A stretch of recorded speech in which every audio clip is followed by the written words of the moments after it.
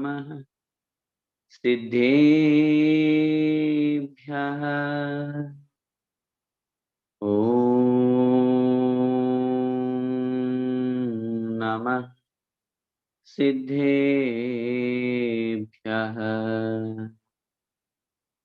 ॐ नमः सिद्धेभ्यः। नमो अरिहन्ताणं नमो सिद्धाणं नमो आयर्याणं नमो उवज्झायाणं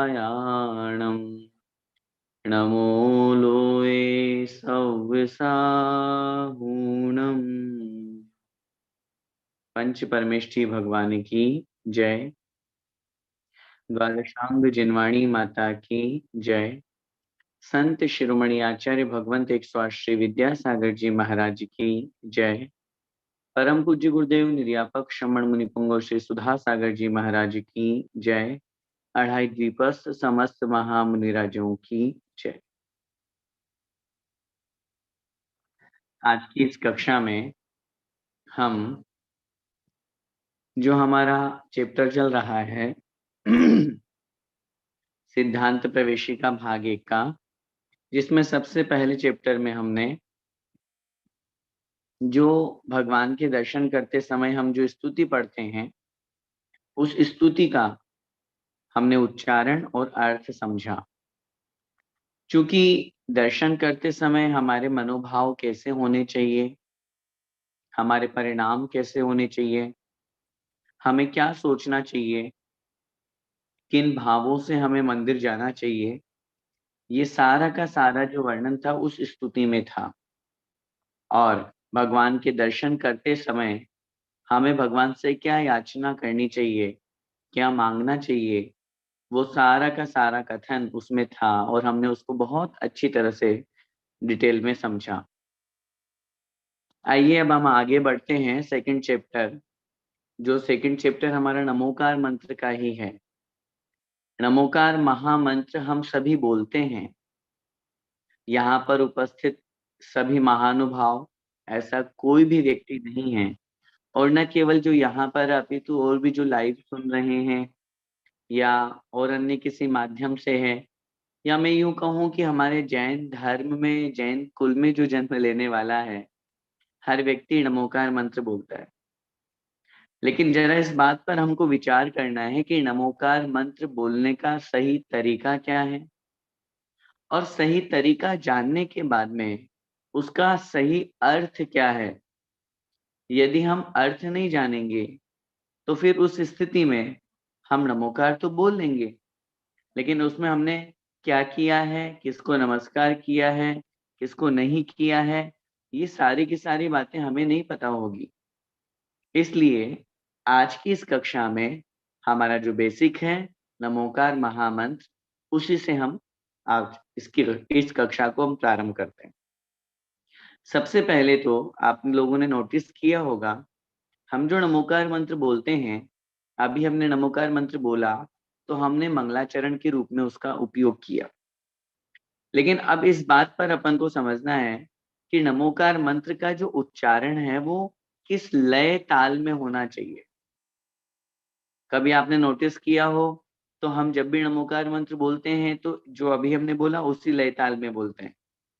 बहुत से लोग होते हैं म्यूजिक के साथ में अलग अलग तरह की टोन लगा करके अपन नमोकार मंत्र को बोलते भी हैं।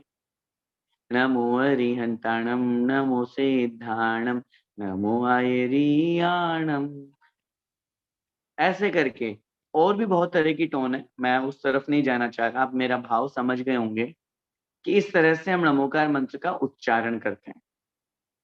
लेकिन मैं निवेदन ये करना चाहता हूं कि नमोकार मंत्र का अगर हमें शुद्ध उच्चारण करना है तो हमें इसी टोन में बोलना होगा जिस टोन में हम नमोकार मंत्र बोलते हैं, क्योंकि आचार्यों ने इसको इसी टोन में लिखा है। अब आप बोलोगे लिखने की भी टोन होती है क्या? हाँ होती है। अकेला सुनने की और गाने की ही टोन नहीं होती है, लिखने की भी टोन होती है। इसको हमारे शास्त्रों में हम इसे छंद कहते हैं। जैसे बहुत सिंपल अपन समझें, दोहा होता है हिंदी में, श्लोक होता है संस्कृत में, ऐसे ही प्राकृत भाषा में गाथा होती है। जैसे एग्जाम्पल, हम नमोकार मंत्र के अलावा जैसे भक्तामृत स्तोत्र पढ़ते हैं। अब भक्तामृत स्तोत्र को अपन जब बोलते हैं, भक्तामर प्रणत मौलि मणि प्रभाणा, तो ये एक टोन है। ये क्यों? क्योंकि एक बसंत तिल का छंद में लिखा गया है। ये छंद है, ये श्लोक जो लिखे जाते हैं इनके अलग अलग छंद हुआ करते हैं, टोन हुआ करती है। अब इसी को अगर आप जब हम मंगलाष्टक बोलते हैं उसको आप बोलेंगे तो वहां का टोन अलग होगा। वहां टोन क्या होगा? श्रीमन्नम्र सुरेंद्र मुकुट प्रद्योतिरत्न प्रभा। तो अब आपने नोटिस किया दोनों में चेंज आया। हमने भक्तामर बोला, भक्तामर प्रणत मौलि मणि प्रभाणा श्रीमन्नम्र सुरासुरे, दोनों में चेंज आ रहा है ना। ऐसे ही और भी बहुत तरह के छंद हुआ करते हैं, टोन। अब इसी चीज को हम लेते हैं अपने इधर प्राकृत भाषा में। तो प्राकृत भाषा में एक छंद होता है जिसका नाम है आर्या छंद। क्या नाम है? आर्या छंद। तो नमोकार मंत्र जो हमारा लिखा गया है वो इसी आर्या छंद में लिखा गया है। और इसी आर्या छंद में लिखे होने के कारण से इसका जो उच्चारण है, जो इसका प्रोनाउंसिएशन है, वो अगर हम इस तरीके से करेंगे तो डेफिनेटली हमारा काम हमारा बहुत अच्छा होगा और शुद्ध उच्चारण हम कर पाएंगे। और अदरवाइज तो बोलने में आपत्ति कुछ भी नहीं, अपने मनमर्जी से कुछ भी हम बोले, लेकिन एक शुद्धता की अपन बात करेंगे तो वो यहाँ से होगा। तो इसलिए भले ही आप लोगों के माइक म्यूट हैं, लेकिन मैं यहाँ से बोल रहा हूँ, आप जहां भी बैठे हैं पढ़ रहे हैं तो आपको उसका उच्चारण करना, रिपीट करना है जैसा हम यहाँ से बोलेंगे। चलिए, नमो अरिहंताणम, बोलिए, नमो अरिहंताणम, नमो सिद्धाणम, नमो आयरियाणम, बोलो, नमो सिद्धाणम, नमो आयरियाणम, नमो उवज्झायाणम,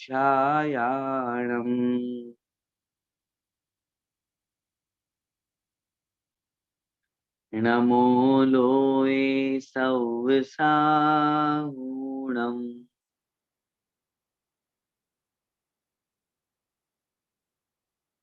कौन समझ में आई?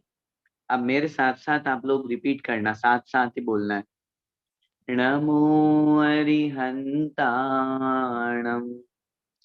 नमो सिद्धाणम, नमो आयरियाणम, नमो उवज्झायाणम, नमो लोये सव्साहूणम।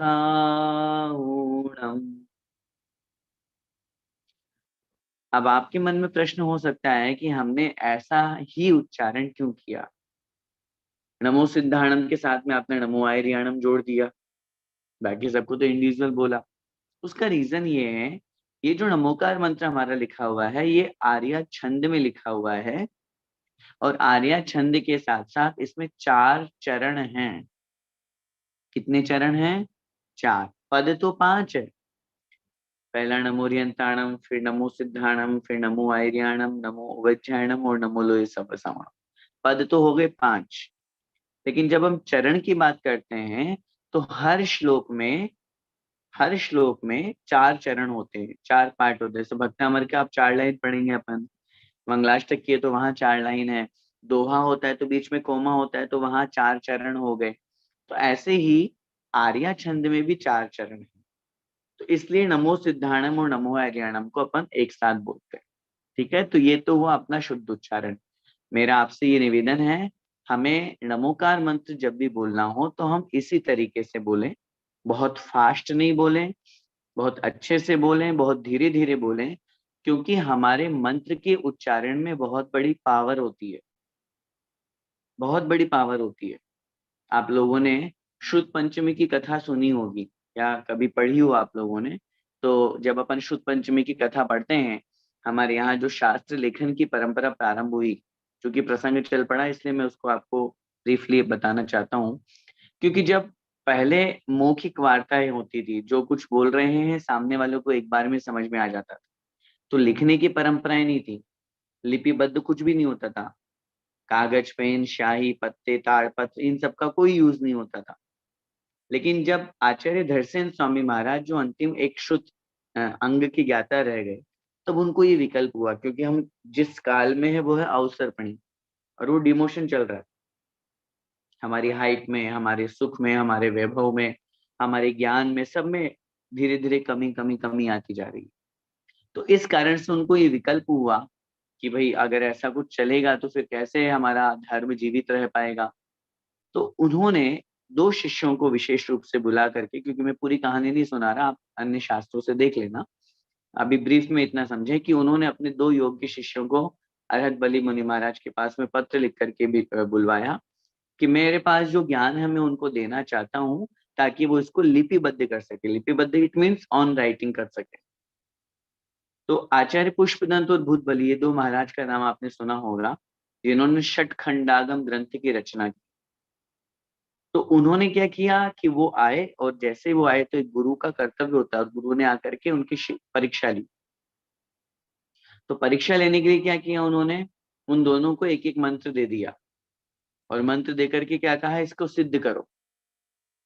अब दोनों ने मंत्र सिद्ध किया, दोनों मुनि महाराज ने। तो जैसे ही मंत्र सिद्ध हुआ, तो देखा सामने दो देवियां प्रकट हो गई दोनों मुनि महाराज के सामने, और बोलने लगी, विद्या वे देवियां, कहिए स्वामिन क्या आज्ञा है।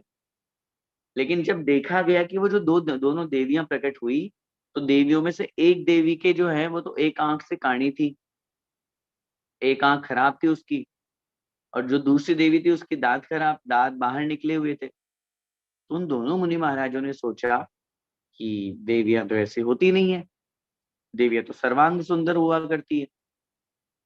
तो उन्होंने देखा कि शायद हमारे मंत्र में कोई कमी है। तो उन्होंने अपना मंत्र चेक किया, देखा, तो देखने के बाद उन्हें पता चला जिन मुनि महाराज के समक्ष एक आंख से काणी देवी प्रकट हुई थी, उनके मंत्र में एक अक्षर कम था, और जिन मुनि महाराज के समक्ष दांत बाहर निकले हुए देवी प्रकट हुई थी, उनके मंत्र में एक अक्षर ज्यादा था। उन्होंने अपनी बुद्धि से, अपने ज्ञान से उस मंत्र को ठीक कर दिया। ठीक करने, उन देवियों को तो भेज दिया, ठीक किया, और ठीक करने के बाद में वापस उस मंत्र का जाप करने लगे, और जाप करने से वापस सिद्धि हुई, और सिद्धि होने के बाद जब देवियां प्रकट हुई, तो अब की बार सर्वांग सुंदर देवियां प्रकट हुई। लेकिन उन्हें देवियां प्रकट करने का तो कोई उद्देश्य नहीं था, उनको तो वापस भेज दिया। तो इस प्रसंग से मेरा आपसे कहने का मतलब ये है, एक अक्षर भी अगर कम ज्यादा होता है, तो उसका भी प्रभाव उस मंत्र को बोलने वाले पर पड़ता है, उसका प्रभाव सामने वाले पर पड़ता है, उस मंत्र की शक्ति पर पड़ता है, पावर पे पड़ता है, उस मंत्र की इंपोर्टेंस है, उस मंत्र, वो मंत्र हमें कितना रिजल्ट देगा उसके ऊपर पड़ता है। अब अगर हम जब पढ़ते हैं कि नमोकार मंत्र में 35 अक्षर होते हैं, अब आपने नमोकार मंत्र में बोलने से पहले ओम नमो अरिहंताणम, ओम नमो श्री सिद्धाणम, ओम नमो आयरियाणम, ओम नमो उवज्जायाणम, नमो लोय सब साहुणम। अब आपने इस टोन में नमोकार मंत्र बोला। मैं आपसे पूछना चाहता हूँ, 35 अक्षर से बढ़कर के कितने अक्षर हो गए? आपने ओम लगा दिया सब में आगे, ओम नमो श्री सिद्धाणम, श्री भी लगा दिया, तो फिर ये नमोकार मंत्र नहीं रहा। देखिए मैं फिर निवेदन करना चाह रहा हूँ, ऐसा बोलने में पाप नहीं लगेगा, आप भगवान का ही नाम ले रहे हो। लेकिन बात यह है कि जो शुद्ध उच्चारण है, जिस मंत्र का है, तो फिर वही अगर हमको नहीं मिल रहा है, तो फिर बोलने में तो बहुत सारी चीजें, फिर सब कुछ बोलते जाओ ना, नमोकार के साथ में भगवान के नाम बोल दो, मुनि महाराजों के नाम बोल दो, कौन क्या कहने वाला है, फर्क थोड़ी ना कोई पड़ रहा है, कोई टेंशन वाली बात नहीं है। लेकिन बात यह है कि नमोकार मंत्र जिस रूप में, जिस स्थिति में, जितने अक्षर, जितनी मात्राओं में लिखा गया है, आपने अपनी मर्जी से उनको आगे जोड़ दिया। मतलब आप और हम जिनने जोड़ा वो भगवान महाराज से भी ज्यादा ज्ञानी हो गए। अब बताओ 58 मात्राएं नमोकार मंत्र में है। अब जिस टोन में हम नमोकार मंत्र बोलते हैं, नमो आय रियाणम, अब रियाणम, री छोटी है, ई की मात्रा है, आपने उसको बड़ी की मात्रा कर दी तो 2 मात्राएं बढ़ गई। 2 मात्राएं बढ़ते ही आपके 58 मात्राओं की जगह 60 मात्राएं हो गई। तो मेरा समझाने का सबसे पहला जो उद्देश्य है वो यही है, हमारे द्वारा शुद्ध उच्चारण हो। और शुद्ध उच्चारण करने के लिए हमें इस आर्या छंद में ही शुद्ध उच्चारण करना चाहिए। इसलिए अभी जैसा हमने नमोकार मंत्र का आपसे अभ्यास कराया, इसको आप प्रैक्टिस कीजिए, बार बार बोलिए, ताकि हमारा नमोकार मंत्र हम शुद्ध बोल सकें। ठीक है। अभी हो सकता है कि क्लास के बाद हम किन्हीं को निवेदन भी करें कि भाई नमोकार मंत्र शुद्ध उच्चारण करके सिखाओ, तो बीच बीच में हम परीक्षा भी ले सकते हैं आप। चलिए अब अपन पाठ चैप्टर जो आपके सामने शेयर किया गया है, ये वीडियो इमेज शेयर है, इसमें देखेंगे। सबसे पहले नमोकार मंत्र जो है, इसमें इनका अर्थ बताया गया है। देखो, नमो अरिहंताणम, नमो का मतलब होता है नमस्कार हो, अरिहंताणम का मतलब होता है अरिहंत भगवान को या अरिहंतों, अरिहंतों को नमस्कार हो। अब इसमें एक शब्द दिया हुआ है कि लोक में। अब ये लोक में कहाँ से आया, तो अंतिम चरण देखो, अंतिम पद देखो, नमो लोए सव साहुणम। तो लोए, लोए का मतलब होता है लोक में। तो ये लोए शब्द भले ही अंत में दिया हुआ है, लेकिन अंत में होने के कारण से भी इसको आचार्य ने लिखा ये अंत्य दीपक है।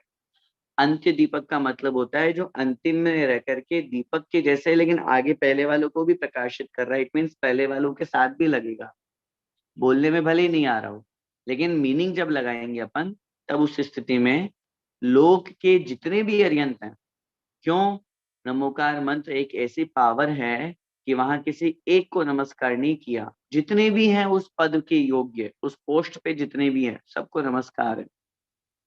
नमोकार मंत्र क्यों महान है, यहाँ किसी व्यक्ति विशेष की पूजा नहीं है। आप और हम अगर मंत्र बोलेंगे, ओम निम श्री शांतिनाथाय नमः है, ओम निम श्री आदिनाथाय नमः है, किसको नमस्कार हुआ, सिर्फ एकमात्र आदिनाथ भगवान, सिर्फ एकमात्र शांतिनाथ भगवान। और अगर आपने बोला नमो अरिहंताणम, तो जितने भी, चाहे आदिनाथ, शांतिनाथ, कुंथुनाथ, अरनाथ, अजितनाथ, पार्शनाथ, महावीर, इवन विदेश क्षेत्र के तीर्थंकर सीमंदर भगवान आदि, रामचंद्र जी जो मोक्ष गए, बाहुबली भगवान, भरत स्वामी, जितने भी अरिहंत हैं उन सबको मैं नमस्कार करता हूँ। तो क्यों है ये पावरफुल मंत्र, कभी विचार किया? अभी अपन पढ़ेंगे आगे मंत्र किसे कहते हैं, और इस मंत्र की शक्ति को अपन जानेंगे। लेकिन इस बात को अच्छी तरह से समझिए कि क्यों है ये पावरफुल। दुनिया में बहुत सारे मंत्र हैं, मंत्रों की कमी कहीं नहीं है, लेकिन नमोकार मंत्र क्यों पावरफुल है? क्योंकि यहाँ पर व्यक्ति विशेष की पूजा नहीं है, यहाँ गुणों की पूजा है, और गुण को धारण करने वाले गुणवानों की पूजा है। इसलिए ये पावरफुल है, इसलिए महान है, और समझेंगे अभी। तो नमो अरिहंताणम का मतलब क्या हुआ, लोक में जितने भी अरिहंत हैं उन सबको मेरा नमस्कार हो। नमो सिद्धाणम, लोक में जितने भी सिद्ध हैं उन सभी सिद्धों को मेरा नमस्कार हो। नमो आयरियाणम, लोक में सब आचार्यों को नमस्कार हो। नमो उवज्झायाणम, लोक में सब उपाध्यायों को मेरा नमस्कार हो। नमो लोए सव्व साहुणम, लोक में सभी साधुओं को, सब माने सभी साधुओं को नमस्कार हो। ये तो अपन ने सामान्य अर्थ समझा है। अभी समझेंगे इस पाठ में ही अपन, ये अरिहंत कौन होते हैं, सिद्ध कौन होते हैं, आचार्य कौन होते हैं, उपाध्याय कौन होते हैं, साधु कौन होते हैं, इनकी क्या डेफिनेशन है, ये कहाँ, क्या स्वरूप होता है, इनके हम कैसे दर्शन कर सकते हैं या नहीं कर सकते हैं, कितना करीब तक जा सकते हैं, ये कौन बनते हैं, ये सारी डिटेल अभी अपन इनकी डेफिनेशन में आगे समझेंगे। अभी सिर्फ इतना समझिए कि नमोकार मंत्र जो है ये 5 पद वाला है, आपके सामने लिखा हुआ है, सभी को याद है। अर्थ भी अपन ने समझ लिया, और ऑलमोस्ट मैं समझता हूँ कि अर्थ भी सभी को याद ही होगा। लेकिन अब जो महत्वपूर्ण बात, लेकिन बात ये कहनी है कि जब भी हम नमोकार मंत्र बोलते हैं तब उस समय हमारा ध्यान सिर्फ नमोकार में रहता है, अर्थ में नहीं जाता। अर्थ की तरफ हमारा ध्यान जाता है? जब अपन मंदिर में बैठते हैं 9 बार नमोकार में, हाँ 9 बार नमोकार भगवान को देख करके नमोस्तु क्या, नमोरियंताणं नमो सिद्धाणं नमो हरियाणं नमो जैनम नमो सत्संग नमोरियंताणं नमो सिद्धाणं नमो हरियाणं नमो जैन। कितनी फास्ट बोलते हैं। अब उस फास्ट में नमोकार शुद्ध तो गया साइड में, अर्थ तो आने का सवाल ही नहीं है।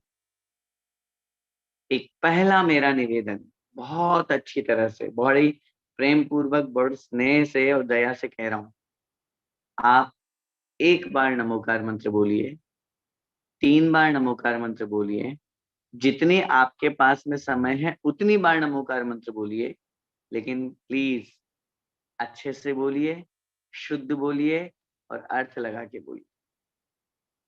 तब तो मीनिंग निकलेगा, तब तो मतलब निकलेगा, तब तो फल मिलेगा, रिजल्ट मिलेगा। हम सिर्फ कोरम पूरा कर रहे हैं। मेरी बात किसी को बुरा लगे तो उत्तम क्षमा में पहले से कह दूं, क्योंकि आटनी अंकल ने वैसे ही जय जैन के साथ में उत्तम क्षमा सिखा दी है। लेकिन बात यहाँ पर ये समझना, बुरा नहीं लगाना किसी भी चीज का, ये समझिए कि आज हम अपने धर्म को सिर्फ एक कोरम मान रहे हैं, करना है बस खाली। नमोकार मंत्र की माला कितने लोग हैं जो डेली फेरते हैं? अब कितनी जल्दी जल्दी फेरते हैं। मैं बहुत जगह देखता हूँ, अभी दशलक्षण वन में दुबई आए, अब वहां जिनवाणी स्तुति के बाद में 9 बार नमोकार मंत्र बोलना है, बोलते हैं। अब हम तो नमोकार मंत्र 9 बार पूरे बोलने में लगे हैं, इधर हमारा 3-4 बार नहीं हुआ, उधर लोगों की बातें शुरू हो जाती है, उनका तो 9 बार हो चुका। हम भगवान से ही बोलते हैं, भगवान इनको कौन सी ऐसी शक्ति दी आपने जो इतने फास्ट बोलते हैं, हमको भी दे दो। लेकिन हकीकत में कोई शक्ति नहीं है, हम लोग प्रमाद करते हैं, हम लोग आलस करते हैं, हम लोग कोरम पूरा करते हैं। मैं आपसे ही पूछना चाहता हूं, कौन से शास्त्र में लिखा है कि नहीं आप 9 बार ही बोलो, 27 बार ही बोलो, 108 बार बोलो ही बोलो। मैं कहता हूं आप 3 बार बोलो, अगर आपके पास समय नहीं है तो। लेकिन उसके साथ में प्रॉब्लम ये भी तो है ना कि सारा का सारा समय हमें धर्म में ही नहीं है, दुनिया की सारी चीजों में तो खूब टाइम है। व्हाट्सएप, फेसबुक, इंस्टा पे तो इतना टाइम वेस्ट करते हैं, घर वालों से गपशप लड़ाने में इतना टाइम वेस्ट करते हैं, परिवार वालों से कहो या रिलेशन वालों से कहो या फ्रेंड्स लोगों से कहो, मैच देखने में इतना टाइम वेस्ट करते हैं, XYZ कहीं पर भी। और जब कटौती करनी होती है, माइनस करना है, तो कहाँ से करते हैं टाइम हम? धर्म में से, मंदिर में से। ये हम लोगों को समझना है। ये जो क्लास हमारी चल रही है, ये सिर्फ एक आधार है, ये सामने जो बुक PDF शेयर हो रही है, इसके माध्यम से हमें हर दिन हर पल एक एक गुण सीख करके आगे बढ़ना है। कहाँ हमारे में कमी है, उस कमी को मैं ठीक करूँ। अब समझना मेरे, मैं आपको ये कह रहा हूँ, चाहे 3 बार बोलिए, लेकिन अच्छे से बोलिए, शुद्ध बोलिए, मन से बोलें। और जब नमो अरियंताणम अपने माइंड से, जब अपने शब्द मुंह से निकल रहे हैं या मन में हम बोल रहे हैं, तो माइंड में अरिहंत भगवान की इमेज भी आनी चाहिए, और ये भावना आनी चाहिए, मैं उनको नमस्कार कर रहा हूँ। मीनिंग का मतलब क्या है?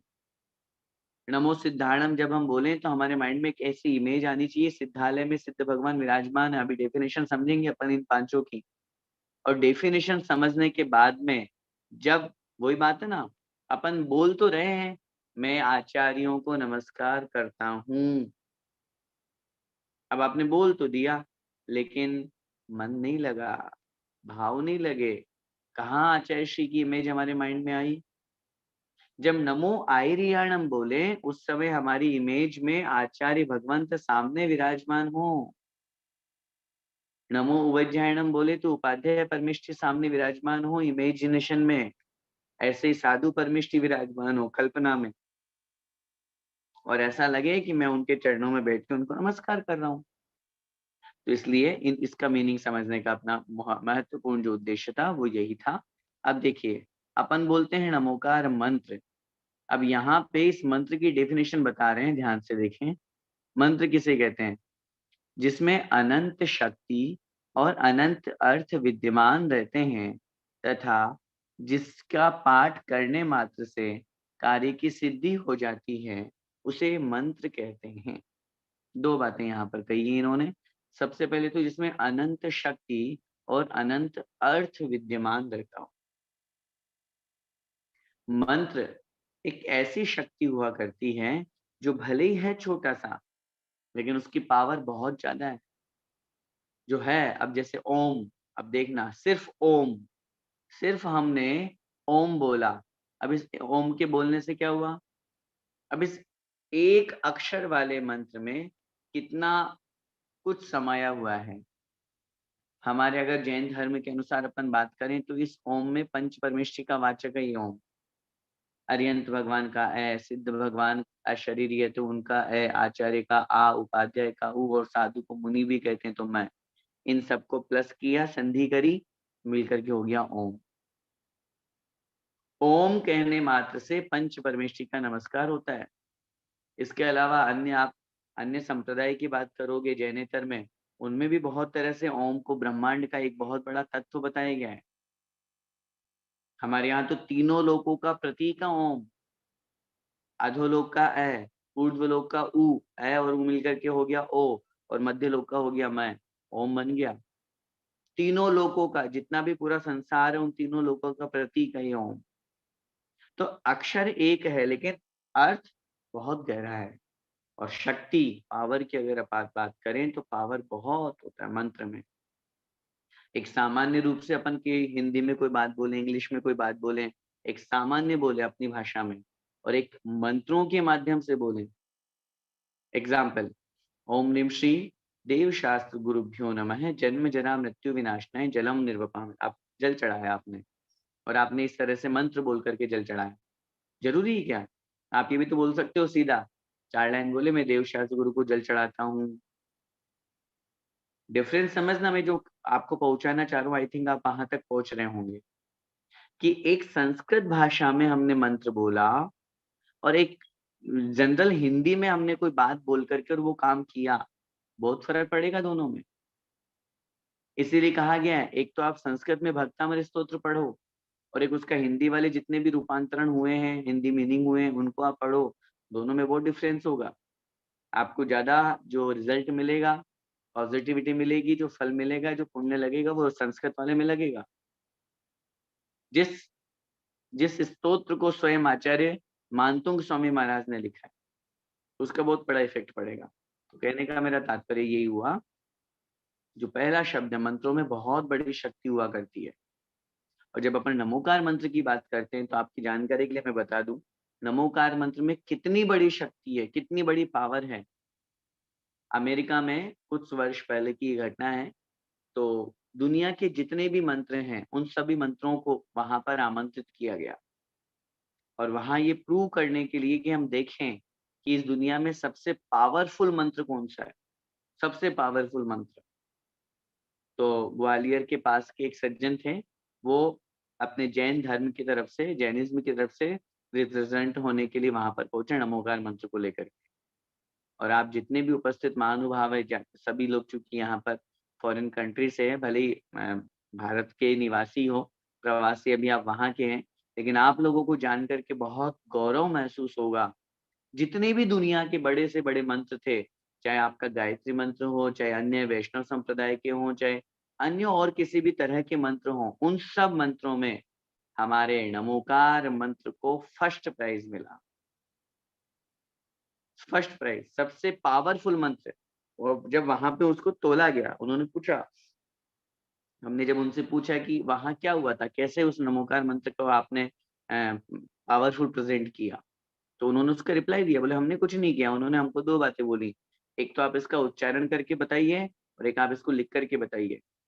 आप लोगों को जान के आश्चर्य होगा, जिस पेपर पे उन्होंने नमोकार मंत्र लिखा था, पेपर तो सबका जनरल एक ही था, क्योंकि जब परीक्षा है वो टेस्ट ले रहे हैं, वहां बैठ करके तो ऐसा तो होगा नहीं कि ना कि पेपर में कोई वेट कम ज्यादा होगा। पेपर सबको दिया गया। उस पेपर को जब उन्होंने अपने अपने मंत्र को लिखने के लिए कहा, उस पेपर का जब उन्होंने वेट किया, उस पेपर का वेट सबसे ज्यादा नमोकार मंत्र का आया। और जब उन्होंने उच्चारण करके उसको उनसे बुलवाया कि आप इसको बोल करके बताइए, तो उन्होंने उस उच्चारण की वोकेबलरी को देख करके प्रोनाउंसिएशन के माध्यम से उसको फर्स्ट प्राइज दिया। उन्होंने कहा कि नमोकार मंत्र आपने जो दिया है, ये दुनिया का सर्वश्रेष्ठ मंत्र क्यों है? क्योंकि ये प्राकृत भाषा में, जितने भी मंत्र हैं वो सब संस्कृत में मिलेंगे आपको। डिफरेंस समझना मैं जो कहना चाह रहा हूँ आपको। आप गायत्री मंत्र में चले जाओ, सूर्य मंत्र में चले जाओ, अदरवाइज़ XYZ किसी में भी चले जाओ। कौन-सी भाषा में है वो? संस्कृत भाषा में। और संस्कृत भाषा से पुरानी भाषा कौन-सी है? प्राकृत भाषा। प्राकृत भाषा। तो उन्होंने कहा कि आप जो प्रोनाउंसिएशन कर रहे हो, नमो अरिहंताणम, तो इससे हमारा जो मुख है, हमारे मुख में हमारी जो जीभ पलट रही है, आ रही है, जा रही है, जहाँ-जहाँ स्पर्श कर रही है, ये व्यक्ति के मुँह को तो पवित्र करती करती है, उसके जीवन को भी पवित्र करती है। इन शब्दों में बहुत बड़ी ताकत है। मैं आपको ये बताना इसलिए चाह रहा हूँ, क्योंकि शब्दों में बहुत बड़ी ताकत हुआ करती है। एक एग्ज़ाम्पल समझिए, बहुत सिंपली, आप किसी को प्रेम से बोले, "हाँ भाई, और क्या हाल-चाल है? सब बढ़िया हैं? तबीयत वगैरह ठीक है?" हैं? तो सामने वाला व्यक्ति को बड़ी आत्मीयता फ़ील होगी यार, कोई अपना व्यक्ति हमसे कुछ पूछ रहा है और आप बोलो, "यार तू आ गया फिर से यार, क्या लेना-देना तेरे को? कोई मतलब नहीं है तेरे को, मुँह उठा के चला आया।" तो बेचारा बड़ा सोच कर के आया था, अच्छे भावों से आया था और आपने क्या किया? सिर्फ़ अब देखना, सिर्फ़ शब्दों में डिफ़रेंस हुआ है ना और किसमें डिफ़रेंस हुआ बताओ? पहले वाले शब्द प्रेम से बोले गए, दूसरे वाले शब्द द्वेष से बोले गए। शब्द शब्द हैं, लेकिन एक प्रेम करा रहा है, एक द्वेष करा रहा है। आप किसी को राम कहोगे, तो वो खुश होगा और किसी को रावण कहोगे तो वो हैं? एक कविता आती है कि ये शब्द बुरे नहीं होते, उपयोग पे फल निर्भर है। ये शब्द लड़ाते भिड़ाते, इनकी मिसाल घर-घर है। रावण मत कहो किसी से, वरना झगड़ा कर लेगा, और राम कहोगे तुम तो बाहों में वो भर लेगा। तो मेरा कहने का मतलब शब्दों में बहुत बड़ी ताकत होती है। अभी जो हमारा चैप्टर चल रहा है, मैं वापस अपने पॉइंट पर आ रहा हूँ कि उन नमोकार मंत्र के जो अक्षर लिखे गए, जो शब्द लिखे गए हैं, इसमें इतनी पावर है कि जब इसका उच्चारण करते हैं तो हमारी वोकैब्युलरी, हमारा प्रोनाउंसिएशन, हमारे मुख की मुद्रा, हमारे मुँह से जो शब्द निकलते हैं, वो आस-पास के वातावरण को बहुत प्योर करते हैं, बहुत पावरफुल बनाते हैं। हमारे घर में अगर किसी तरह का कोई भी विकल्प होता है, कुछ भी बात होती है, तो अपन सबसे पहले क्या बोलते हैं? चलो यार अपन अपने घर में नमोकार मंत्र का पाठ कर लेते हैं। क्यों? नमोकार मंत्र आप मंदिर में भी तो कर सकते हो और करते ही हैं। न मंदिर में जाके डेली बोलते हैं कि नहीं भगवान के सामने? लेकिन जब घर पे हम करते हैं, तो हमारे मुख से निकले हुए शब्द जब घर के कमरों में, दीवारों में, वातावरण में फैलेंगे, तो निश्चित रूप से वहाँ का ऑरा चेंज होगा, पॉज़िटिविटी आएगी। ये सारी की सारी चीज़ें। समझ में आया? तो कहने का मेरा मतलब जो है कि नमोकार मंत्र जो है, इसमें बहुत बड़ी अनंत शक्ति और अनंत अर्थ विद्यमान हैं और जिसका पाठ करने मात्र से सभी कार्य सिद्ध हो जाते हैं।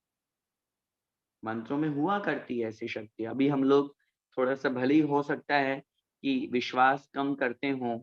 एक मैं बात कहूँ आपसे, सबसे महत्वपूर्ण बात यही है, जितना जो कुछ भी है वो सब विश्वास पे टिका हुआ है। विश्वास अगर हम बहुत अच्छे से करेंगे तो बहुत अच्छे से हमारा काम होगा और विश्वास अगर हमारा डगमगाता है, तो कहीं न कहीं हम पीछे अपने आप हो जाते हैं। तो एक तो ये अपने अंदर विश्वास हमें पैदा करना है कि हम बड़े सौभाग्यशाली हैं जो हमें जैन कुल में जन्म मिला। नमोकार मंत्र जैसी शक्ति मिली, भक्तामृत जैसा पाठ हमको मिला, वीतरागी भगवान हमको मिले, आचार्य भगवंत जैसे गुरु अपन को प्राप्त हुए।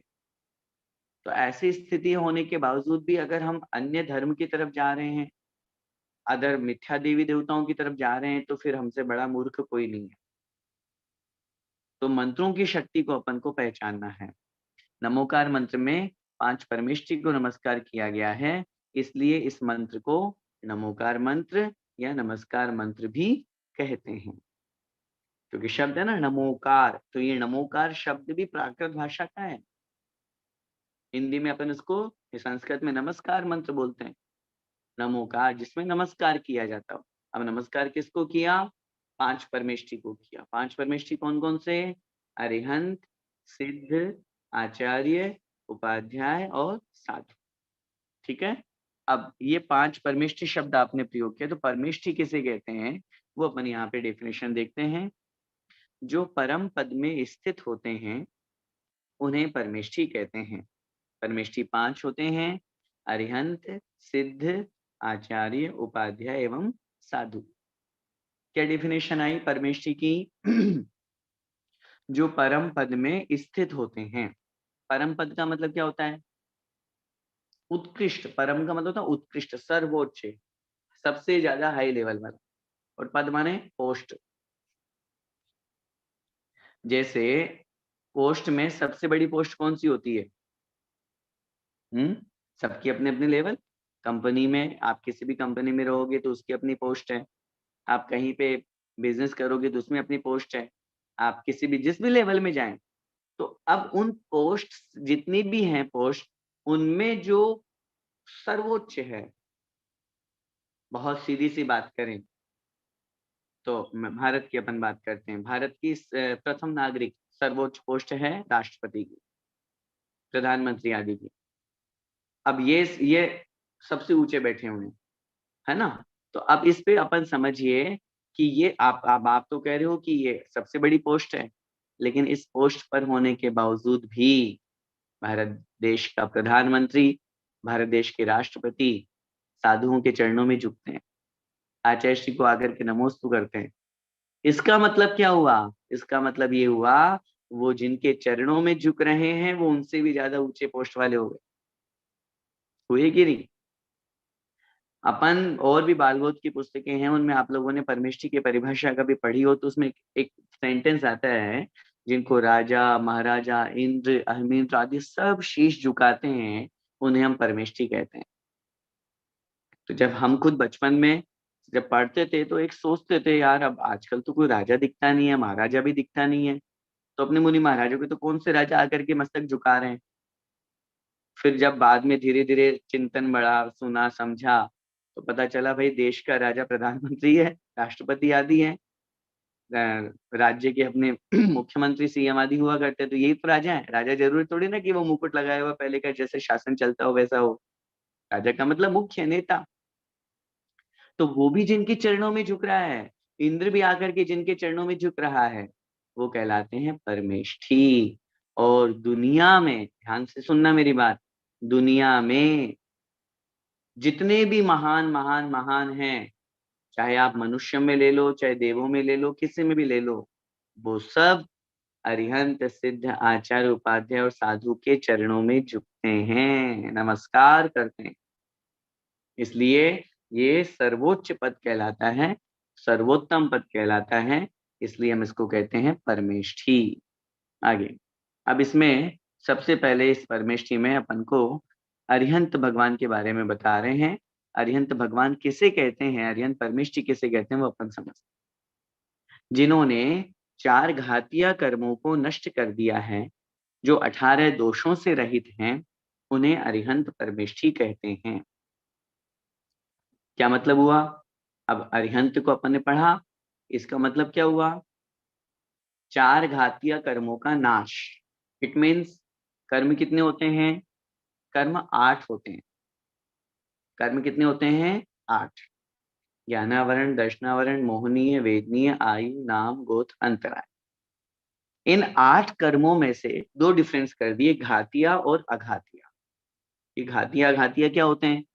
घातिया कर्म कहलाते हैं जो हमारे आत्मा के अनुजीवी गुणों का घात करते हैं। इट मीन्स जो स्वाभाविक गुण है मेरी आत्मा के, अपने सबकी आत्मा के, अनंत ज्ञान, अनंत दर्शन, अनंत सुख और अनंत वीर्य।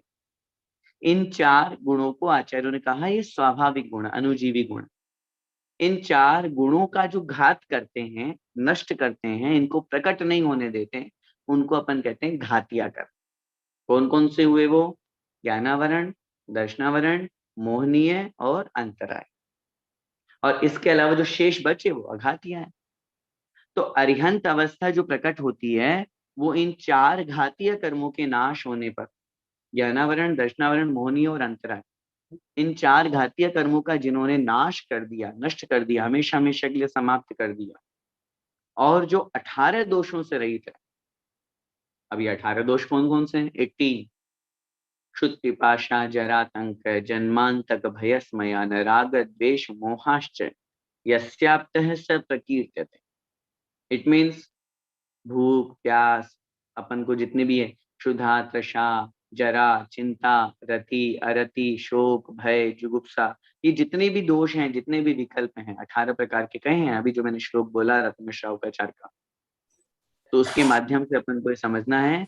तो जो जिनमें एक भी दोष नहीं है, देखना मैं जो यहाँ पे आप लोगों को बात कहने जा रहा हूँ, आप समझिए इस बात को। अगर किसी में कोई दोष है तो फिर वो भगवान कैसा? क्या कह रहा हूं मैं? अपने जीवन का जो आदर्श है, आदर्श अपन को बनाना है, उसको कौन बन पाएगा? आदर्श कौन होगा? जिसमें गुण होंगे। जिसमें अगर कोई दोष है वो हमारा भगवान कैसे हो सकता है? इस बात को बहुत अच्छी तरह से समझिए। जिसमें कोई दोष है, जिसमें कोई कमियां हैं, जिसमें कोई गलतियां हैं, वो हमारा भगवान कैसे हो सकता है? हम अरिहंत भगवान की बात कर रहे हैं यहाँ पे। आदर्श हम आइडियल बनाते हैं दुनिया में, हमारा आदर्श कौन है? जिसमें दोष भरे हैं, जो हमारे जैसे भूख से तड़फ रहा है, जो हमारे से भोजन कर रहा है, वो हमारा भगवान कैसे हो सकता है? एक एक पॉइंट को बहुत अच्छी तरह से समझना। और इस बात से जितने भी मिथ्या देवी देवता हैं सबका खंडन हो रहा है। जिनके यहाँ भोग लगते हैं, भोग चढ़ाए जाते हैं, अगर हम भी भोजन कर रहे हैं और जिनको आप भगवान मान करके भोजन करा रहे हो, तो फिर हम में और भगवान में अंतर क्या रहेगा? फिर तो दोनों एक ही हो। जब दोनों एक ही है तो फिर वो हमारा भगवान कैसे? जिन्हें प्यास लगती है वो हमारा भगवान कैसे? जो हमारे ही समान अस्त्र शस्त्र और वस्त्र से सहित हैं। हम कपड़े पहनते हैं, अन्य देवी देवताओं को देखिए, वो भी अगर वस्त्र पहने हुए हैं, उनके पास भी कपड़े हैं, तो फिर वो भगवान कैसे? भगवान कैसे? वस्त्र कब पहने जाते हैं? अपने तन के और मन के विकार को ढकने के लिए। जो विकारों से सहित है वो हमारा भगवान कैसे? अस्त्र शस्त्र हैं, अपन लोग अपने साथ में थोड़े बहुत तो रखते हैं, लेकिन अन्य देवी देवताओं को देखिए, अपने हाथ में न जाने किस किस तरह से आयुध, अस्त्र शस्त्र रखे हुए हैं। वो क्यों रखे हुए हैं? जब उनसे पूछते हैं तो वो बोलते हैं, हम तो राक्षसों का संहार करने के लिए, अधर्म को समाप्त करने के लिए, पाप को नष्ट करने के लिए। अरे भाई, इन सब चीजों से आप पापी को नष्ट कर रहे हो, आप पाप को नष्ट नहीं कर सकते। पाप दुनिया में हमेशा से था, है और रहेगा। पुण्य है तो पाप भी रहेगा, दिन है तो रात भी रहेगी, सब रहेंगे। आप अपने अस्त्रों के माध्यम से शत्रुओं का संहार कर सकते हो, पापियों का संहार कर सकते हो, पाप का नहीं। और हमारे यहाँ बहुत स्पष्ट लिखा है, पाप से डरो, पापियों से नहीं। पाप से घृणा करो, पापियों से नहीं। आप किस किस को मारोगे? हैं? अन्य संप्रदाय की अगर अपन बात करें, रामचंद्र जी ने रावण का वध कर दिया, ठीक है, बहुत अच्छी बात है, कर दिया। अब हर घर में रावण बैठा हुआ है, किस किस का वध करोगे? हमें बुराई का अंत करना है, पापों से बचना है, पापियों से नहीं। पापी तो हमेशा रहेंगे। क्या चौथे काल में पापी नहीं थे? हैं? कौन से काल में, कौन से काल में पापी नहीं थे? बताइए जरा। सब में थे। मेरा कहने का तात्पर्य समझिए, जिनके पास में अस्त्र शस्त्र वस्त्र हैं, भूख प्यास से जो तड़प रहे हैं, अपने साथ में पत्नी रखे हुए हैं, सब कुछ हैं, वो हमारा भगवान नहीं हो सकता। अरिहंत भगवान की विशेषता बता रहे हैं, जो 18 दोषों से रहित हैं। एक भी दोष अगर आप हमारे भगवान में निकाल दो, गारंटी। और मैं कहता हूं दुनिया के जितने भी भगवान हैं, सबको एक टेबल पे रखिए लाइन से, और एक एक को हिस्ट्री चेक करो, कौन थे ये, भगवान कैसे बने। नहीं नहीं नहीं नहीं, ये तो सब ऐसे बना दिए, लोगों ने, एक बहुत पहले पीके मूवी आई थी, हो सकता है आप लोगों ने देखी हो। उसमें क्या दिखाया है, यही तो अंधविश्वास पूरा दिखाया है कि लोग कैसे-कैसे तर्क करके एक पत्थर लिया, उसके ऊपर सिंदूर लगाया, रख दिया, 2-4 रुपए चढ़ाए, अगरबत्ती लगाई, दीपक जलाया, हो गए, बन गए भगवान हमारे। अरे! ऐसे बना दिए अपन ने भगवान। हर चीज़ का पहलू अपन को समझना, मैं एक-एक का नाम लेकर के यहाँ नहीं बोल सकता। आप उस चीज़ की मर्यादा को भी समझें, लेकिन जो मैं भाव कहना चाह रहा हूँ वो समझिए, कि दुनिया में जितने भी लोग जिस भी तरह से मान रहे हैं, वो उनकी अपनी मान्यता है। अपन अपने अपने तरीके से अपन सोच रहे हैं। समझिए इस चीज़ को कि कैसे हम उनको भगवान मान सकते हैं जिनमें कोई दोष हो। हमारे यहाँ भगवान वही हो सकता है जिसमें एक भी दोष ना हो। जिसको डर लगता है, जिसको विस्मय होता है, जिसको नींद आती है, निद्रा निद्रा भी एक दोष है, जो आश्चर्य करता है, जिसका बुढ़ापा आता है, जिसकी जन्म मृत्यु होता है, हैं? अन्य संप्रदाय की आप बात करोगे, वो कहते हैं हमारा भगवान अवतार लेता है। एक बार मोक्ष होने के बाद किसी का अवतार नहीं होता। अरे जब सिद्ध अवस्था प्राप्त हो गई, अब काहे को लौट के आएँगे संसार में? उदाहरण कितना अच्छा दिया, दूध से आपने एक बार मक्खन बना लिया, घी बना लिया, अब क्या वापस घी से वापस दूध बन सकता है? हाँ भाई, क्या पता जीसीसी वाले में कोई उनके पास कोई यंत्र हो, कोई मशीन हो, उससे वो घी से वापस दूध बना देते हो तो, हुँ? नहीं बनता। इसका मतलब जो एक बार शुद्ध हो जाता है, वो वापस अशुद्ध नहीं होता, शुद्ध अवस्था प्राप्त कर ली। तो इसलिए अरिहंत भगवान की अपन यहाँ पे बात कर रहे हैं। अरिहंत भगवान से समझिए बहुत अच्छी तरह से अरिहंत भगवान की परिभाषा, जिनके 4 घातीय कर्मों का नाश कर दिया और 18 दोषों से रहित है, एक भी दोष नहीं है जिनमें। क्यों? क्योंकि भगवान है वो, अरिहंत अवस्था है और केवल ज्ञान को उन्होंने प्राप्त कर लिया। बहुत सिंपल, जो वीतरागी, सर्वज्ञ और हितोपदेशी, इन 3 गुणों से जो युक्त होते हैं, वो हमारे लिए वो एक व्यापक परिभाषा है। सामान्य रूप से अरिहंत अवस्था की अपन ने यहाँ पर बात करी है। समय आपका हो रहा है। बाकी और भी जो अपना ये चैप्टर है सिद्ध आदि आगे 4 परमिष्टि अपन आगे समझेंगे।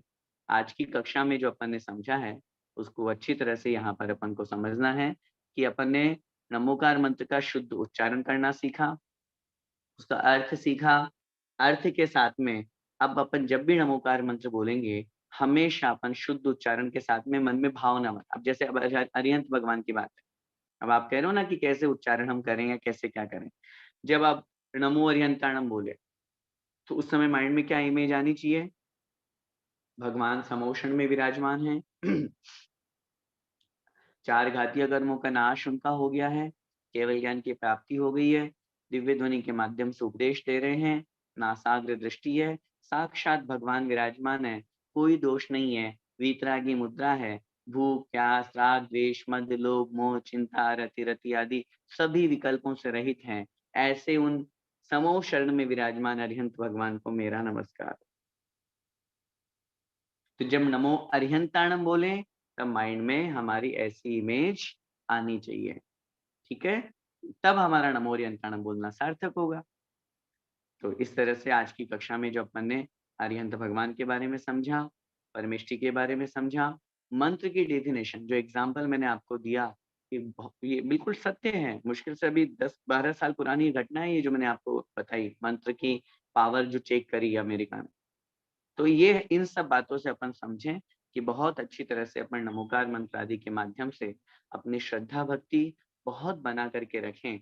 आगे की क्लास में भी इसके बारे में और इम्पोर्टेंस जो होगी और जो तथ्य हैं वो आप लोगों के बीच में रखे जाएँगे कि किस तरह से नमोकार मंत्र लोग प्रयोग करके अपने सभी कष्टों से दूर हो जाया करते हैं। नमोकार मंत्र एक ऐसी पावर है, एक ऐसी शक्ति है। अभी मैं कल ही टीवी देख रहा था जिसमें जिनमणि चैनल पे या कौन-सा एक चैनल था, आदिनाथ चैनल होगा। उसमें जैन रत्न बता रहे थे तो एक भारत देश के बहुत अच्छे सिंगर है पलक मुछाल, आप लोगों ने नाम सुना होगा। तो उनके बारे में वो टीवी वाले ये बता रहे थे कि उन्होंने अब तक 2400 हार्ट सर्जरी करवाई, डोनेशन दे करके। और उस हार्ट सर्जरी में वो खुद डॉक्टर वहाँ उनको प्रेज़ेंट करता है कि आप रहो सामने और एक ऐसा उनके साथ में एक्सीडेंट हुआ इंसिडेंट हुआ कि एक बार जब डॉक्टर्स ने मना कर दिया कि अब नहीं हो सकता, छोटा सा बच्चा था, हार्ट का प्रॉब्लम, अब ये नहीं बच सकता, तो उनकी आंखों से आंसू आ गए, पलक जी की आंखों से, और उन्होंने भगवान का याद करके और नमो अरिहंताणम जो उनको गुरुओं से प्राप्त हुए, आचार्य भगवंतों से प्राप्त हुए, उस नमोकार मंत्र को वहां पर 3 बार बहुत अच्छी तरह से उच्चारण के साथ में बोला। और जैसे ही नमोकार मंत्र बोला, जैसे ही नमोकार मंत्र बोला, उस बच्चे की धड़कन वापस शुरू हो गई। सोचिए जरा, जो बच्चा काल के ग्रास में जा रहा था, मरण के मुख में था, वहां से नमोकार मंत्र के प्रभाव से वो निकल करके आ गया। तब तो उसकी श्रद्धा भक्ति और बढ़ गई, और वो हर सर्जरी जब भी होती है वो नमोकार मंत्र बोलती है और वो सक्सेस होता है। तो मेरा कहने का मतलब ये है, ऐसी बहुत सारे एग्जाम्पल हैं, बहुत सारी बातें हैं, उन सबको अपन को समझ करके नमोकार मंत्र पे अगाध श्रद्धा अपन को रखनी है। दुनिया के सारे मंत्र इसके पीछे हैं। अभी मैंने आपको बताया नमोकार मंत्र से 84 लाख मंत्रों की उत्पत्ति हुई है। कितने मंत्र? 84 lakhs। अब मैं आपसे पूछता हूँ, प्रेजेंट में जितने भी मंत्र हैं पूरी दुनिया में, ऑल वर्ल्ड, मैं कहता हूँ 1 लाख भी नहीं होंगे। और जितने भी मंत्र उन सबको ले आइए, उन सब में नमोकार मंत्र सर्वोपरि। और उन मंत्रों की उत्पत्ति नमोकार से हुई, क्योंकि उन सब मंत्रों में क्या लगा हुआ है? सबसे पहले ओम। और ओम किसका वाचक है? पंचपरमेष्ठी का, नमोकार मंत्र का। तो इन सब बातों को समझ करके अपन को नमोकार मंत्र पे और अच्छी श्रद्धा भक्ति रखनी चाहिए। पंच परमिष्ठी के बारे में अपन समझ रहे हैं, आगे की कक्षाओं में और परमिष्ठी के बारे में समझ के इस नमोकार मंत्र पे अपन और श्रद्धा मजबूत करेंगे। इसे मंगलमय भावना के साथ बोले द्वादशांग जिनवाणी माता की जय। किन्हीं का कोई प्रश्न हो तो आप रख सकते हैं। पंडित जी, शेयर मेरा को एक आप प्रश्न है। क्लोज कर दीजिए। मेरा एक प्रश्न था। जी, कौन बोल रहे हैं? एक बार आप। विकास बोल रहा हूँ, विकास जैन बोल रहा हूँ दुबई से। मंत्रों का उच्चारण किस तरह से करना चाहिए? बहुत जोर जोर से बोल के करना सही है या मन में करना सही है? देखिए,